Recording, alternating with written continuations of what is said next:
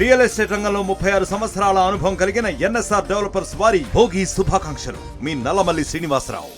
అందరికీ నమస్కారం. మనతో పాటు ఇప్పుడు ముఖ్యంగా ప్రముఖ జ్యోతిష్య వాస్తు పండితులు బ్రహ్మశ్రీ డాక్టర్ నాయకంటి మల్లికార్జున శర్మ గురుగారు మనతో ఉన్నారు. ఆయనతో మాట్లాడి మరిన్ని వివరాలు తెలుసుకుందాం. నమస్కారం గురుగారు, ముఖ్యంగా మీకు సంక్రాంతి శుభాకాంక్షలు, అలాగే కనుమ శుభాకాంక్షలు. గురుగారు, సంక్రాంతి అంటేనే 3 రోజుల పండుగ: భోగి, సంక్రాంతి, కనుమ. మనం భోగి గురించి అలాగే సంక్రాంతి గురించి కూడా చాలా చక్కగా వివరించుకున్నాం. మరి ఇప్పుడు కనుమ గురించి, అసలు కనుమ ఎందుకు జరుపుకుంటూ ఉంటాం, దాని ప్రాముఖ్యత ఏంటండి? తప్పకుండా అమ్మా. ఓం శ్రీ గురుభ్యో నమః. కనుమ గురించి చాలా విశేషాలు అనేవి ఉంటాయమ్మా. కొన్ని ప్రత్యేకమైన విషయాలు మాత్రం చెప్పుకుందాం. అంటే భోగి, మకర సంక్రాంతి, కనుమ, ముక్కనుమ అనేవి ఉంటాయి. అంటే కనుమ అంటే ముఖ్యంగా మనకు వచ్చేటప్పటికల్లా రైతులందరూ కూడా ధాన్యాన్ని పండించి ఇంటికి వస్తాయి. ఇంటికి వచ్చిన తర్వాత ఆ ఇంటికి వచ్చిన తర్వాత దాని యొక్క ప్రాధాన్యత ఏంది? ఆ ఎద్దులు, ఆవుల్ని, వాటిల వల్లనే మానవుడు ఆ పంటను పండించగలుగుతాడు. అంటే పశుపక్షాదులు, కొన్ని క్రిమికీటకాలు ఉంటాయి. అవన్నీ కూడా ఏదైతే మనకు రైతులు పంటలు పండిస్తుంటే ఈ చిన్న చిన్న క్రిములు ఉంటాయి కదా, ఆ క్రిములను తినేవి కొన్ని ఉంటాయి. తర్వాత వచ్చి ఎద్దులు, అంటే దున్నటం అనేది జరుగుతుంది రైతులు. ఈ రైతులు ఏదైతే వ్యవసాయం చేస్తున్నప్పుడు వ్యవసాయం దేనివల్ల ఆధారపడి ఉందంటే మానవుడు రైతుల వల్ల ఆధారపడి ఉంది. ఎద్దులు, ఆవులు, పశుపక్షాదుల వల్ల కూడా మన ధాన్యం అనేది మనకి నిలబడుతుంది. అంటే ధాన్యం దీనివల్ల వస్తుందని. అందువల్ల ఏం చేస్తారంటే ఈ కనుమ రోజు చక్కగా ఎద్దుల బండ్లు ఉంటాయి కదా, వాటికి పందాలు చేయటం, పందాలు కట్టడం, ఆ ఎద్దుల్ని బాగా అలంకరించడం, ఆవుల్ని, ఎద్దుల్ని, అంటే మన కృతజ్ఞతాభావం తీర్చుకోవడానికి ఆవులకి కుంకుమ బొట్టు పెట్టడాలు, గంధం రాయటము, చక్కగా నదిల్లో కడగటము, చెరువుల్లో కడగటము, కడిగిన తర్వాత చక్కగా కుంకుమ బొట్లు, అలానే పూలదండలు అలంకరించటం, అంటే ఒక సన్మానం అనుకోవచ్చు నిజం చెప్పాలంటే. అలా చేసిన తర్వాత ధూపదీప నైవేద్యాలతో ఎద్దుల్ని, ఆవుల్ని, అలానే మనకి ఎద్దుల బండి ఉంటుంది కదా, ఆ బండికి కూడా చక్కగా అలంకరణ చేయటం. తర్వాత రైతుల యొక్క పనిముట్లు ఉంటాయి. గడ్డపార కానీ, శలకపార కానీ, తర్వాత ఆ ఎద్దుల బండికి కూడా మంచి అలంకరణ చేసుకోవటం.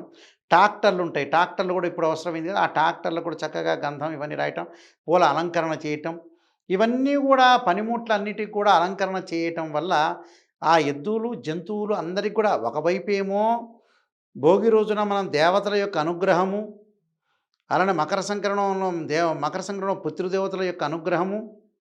5 యజ్ఞాలని చెప్పాను కదా, 5 యజ్ఞాల్లో మకర సంక్రమణ పుణ్యకాలం రోజునే పితృదేవతల అనుగ్రహం, అంటే మాతృయజ్ఞం, పితృయజ్ఞం అయిపోయింది అక్కడ. భోగి రోజు, సంక్రాంతి రోజున మళ్ళీ బియ్యపిండి అవన్నీ వేయటం వల్ల భూతయజ్ఞం, హరిదాసులకి బియ్యం ఇవ్వటం అనేది కూడా మనుష్య యజ్ఞంతో సమానం.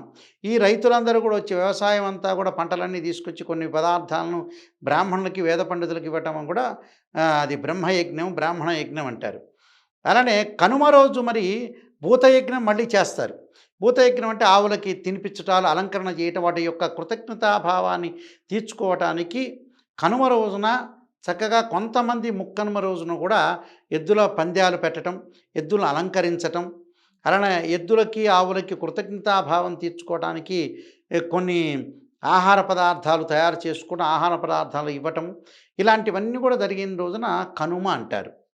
అంటే ఆ రోజున ప్రయాణం చేయరు. కనుమ రోజున ప్రయాణం చేస్తే మంచిది కాదంటారు. ఎందుకో తెలుసా? దానికి కారణం లౌకిక భావంతో కూడా చెప్పారు అక్కడ. లౌకిక భావం అంటే మనం అన్నీ చేసుకున్న తర్వాత జంతుజాలాన్ని వదిలేస్తారని, ఆ రోజున ప్రయాణం నిషిద్ధమని కూడా శాస్త్రంలో చెప్పారు అక్కడ. దానికి రకరకాల కారణాలు చాలా ఉన్నాయి. కనుమలు అనేవి చాలా రకరకాలుగా ఉంటాయి. అయితే కనుమ రోజున చక్కగా ఎక్కడికి వెళ్లకుండా చక్కగా ఎద్దులను అలంకరించి వాటి యొక్క కృతజ్ఞతాభావాన్ని తీర్చుకోవటానికి, పశుపక్షాదుల యొక్క కృతజ్ఞతాభావాన్ని తీర్చుకోవటానికి కనుమ రోజు చక్కగా కనుమ పండగ చేసి చక్కగా, అంటే భగవత్ స్వరూపమైన ఆవులకి, ఎద్దులకి చక్కగా అలంకరణ చేసి అక్కడ జీవుల యొక్క, అంటే జంతువుల యొక్క కృతజ్ఞతాభావాన్ని తీర్చుకున్న రోజే కనుమ అంటారమ్మ. ఆ రోజు చక్కగా కనుమ రోజున ఇలాంటివన్నీ కూడా చేస్తుంటారు. గురుగారు, కనుమ గురించి చాలా చక్కగా వివరించారు. ధన్యవాదాలు. నమస్కారం. మరిన్ని వీడియోస్ కోసం ఛానల్ ని సబ్స్క్రైబ్ చేయండి. లేటెస్ట్ అప్డేట్స్ కోసం వాట్సాప్ ఛానల్ ని ఫాలో అవ్వండి. ఆ లింక్ డిస్క్రిప్షన్ లో ఉంది.